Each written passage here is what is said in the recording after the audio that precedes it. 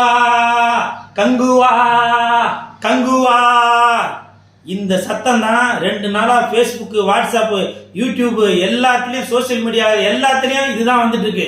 கங்குவா கங்குவா கங்குவான்னு. கங்குவா படம் நல்லா இருக்குதோ நல்லா இல்லையோ அது 2வது பட்சம். ஆனால் அந்த கங்குவா படம் எடுத்த ப்ரொடியூசரையும் ஹீரோவையும் டைரக்டரையும் என்னென்னவோ பேசிட்டு இருக்கீங்களா? எல்லாம் படத்தை பார்த்துட்டு ஒன்று நல்லா இருக்குன்னு சொல்லணும், இல்லை நல்லா இல்லைன்னு சொல்லணும். நீங்க பாட்டுக்க வாயில வந்ததெல்லாம் ஆத்தா அப்பா அவன் இவனு நீங்க பாட்டுக்க ஏகப்படுத்தி பேசிட்டு போறீங்க. கங்குவா படம் நல்ல விதமா வரணுன்ற ஒரு ஐடியால தான் தயாரிப்பாளர் ஞானவேல் ராஜா எடுத்திருப்பாரு. நல்லபடியா வரணும் அப்படின்னா இயக்குனர் சிவா எடுத்திருப்பாரு. நல்லபடியா நடிக்கணும், நல்லபடியா ஹிட் ஆகணும் தான் சூர்யா நடிச்சிருப்பாரு. யாருன்னா வந்து கங்குவா படம் ஓடக்கூடாதுன்னு சொல்லி நடிப்பாங்க? சொல்லுங்க. நீங்க படம் வாயில வந்ததெல்லாம் பேசிட்டு போறீங்களாங்க? அந்த உரிமை உங்களுக்கு யாருங்க கொடுத்தது?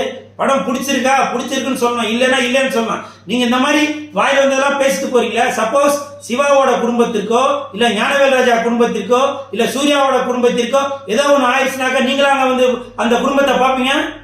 சொல்லுங்க. தயவு செய்து அடுத்தவர்களை இழிவுபடுத்தி பேசாதீங்க. நீங்க அப்படி இழிவுபடுத்தி பேசும்போது உங்களுடைய குணம் என்ன அப்படின்றது வெளியில தெரிய வரும்.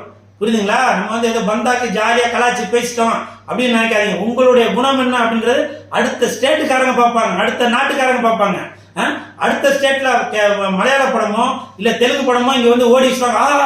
பாத்தீங்களா அந்த படம் எப்படி ஓடிச்சு, இந்த படம் எப்படி ஓடிச்சு, அப்படி புது முயற்சி தாங்க. கங்குவா படம் ஒரு புது முயற்சி.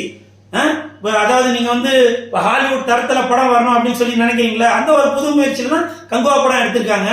அதற்கு வந்து நீங்க உங்களால பிடிக்கலையா, சரி நீங்க உங்களோட கருத்து சொல்லுங்க, தப்பு இல்லை. ஆனால் இழிவுபடுத்தி பேசக்கூடாது. புரியுதுங்களா? அப்புறம் இப்படி இருந்தாக்க தெலுங்கு படம் ஓடதான் செய்யும், மலையாள படம் ஓடதான் செய்யும், தமிழ்நாட்டில் வந்து கொடிகட்டி பறக்கதான் செய்யும். புரியுதுங்களா? நம்ம ஊருக்காரனுக்கே நீங்க சப்போர்ட் பண்ணலனாக்க அப்புறம் எந்த புது முயற்சி யாருங்க பண்ணுவா? சொல்லுங்க. ஆமாங்க, தயாரிப்பாளர் சொன்னாரு. என்ன சொன்னாரு?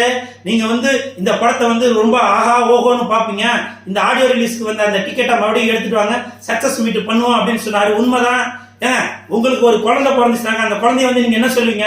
என் பையன் பெரிய ஆள் ஆகி டாக்டர் ஆவா, இன்ஜினியர் ஆவா, கலெக்டர் ஆவா அப்படின்னு தானே சொல்லுவீங்க. அந்த ஒரு மாதிரி தான் நான் எடுத்திருக்க படம் வந்து நல்ல பெரிய அளவில் பேசப்படணும்னு சொல்லியிருக்காரு. யாருன்னா பிறந்த குழந்தைய ஐயா இது உருப்படாது நாசமா போயிடும், திருட்டு பிள்ளையா வரும், இப்படியா சொல்லுவாங்க? அந்த மாதிரி தாங்க பல கோடி போட்டு கங்குவா படத்தை எடுத்திருக்காரு. அதனால தயாரிப்பாளர் அந்த ஒரு ஆர்வத்தில் சொல்லிட்டாரு. அதே மாதிரி சூர்யா சொன்னாரு இந்த படத்தை வந்து ஆன்னு வாயை பொழந்து பார்ப்பீங்க அப்படின்னு. இது எல்லாமே ஒரு புது முயற்சி தாங்க.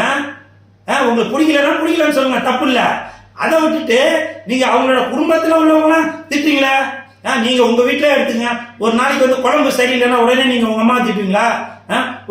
ஒரு தூய்மை எடுத்து சரியில்லைன்னா உடனே உங்க அப்பா அந்த மாதிரி அசியசியமா திட்டுவீங்களா? அக்கா தங்கச்சியை திட்டுவீங்களா? சொல்லுங்க. ஏதோ தவறு நடக்குது, அது சகஜம் தான். அது சவுண்டு ஜாஸ்தியா தான் இருக்கு அப்படி எல்லாருமே தான் சொல்றீங்க. வாஸ்தவம் தான். இப்ப கம்மி பண்ணிட்டாங்கல்ல. நீங்க பாட்டுக்கா வீடியோல அதை இதுன்னு பேசி விட்டு போனது அடுத்த ஸ்டேட்டுக்காரன் காரி துப்புற அளவுக்கு வந்துருச்சு. இப்போ எனக்குலாம் அவ்வளவு ஒரு மன வேதனையா இருக்கு இந்த மாதிரிலாம் நீங்க பேசியிருக்கிறது.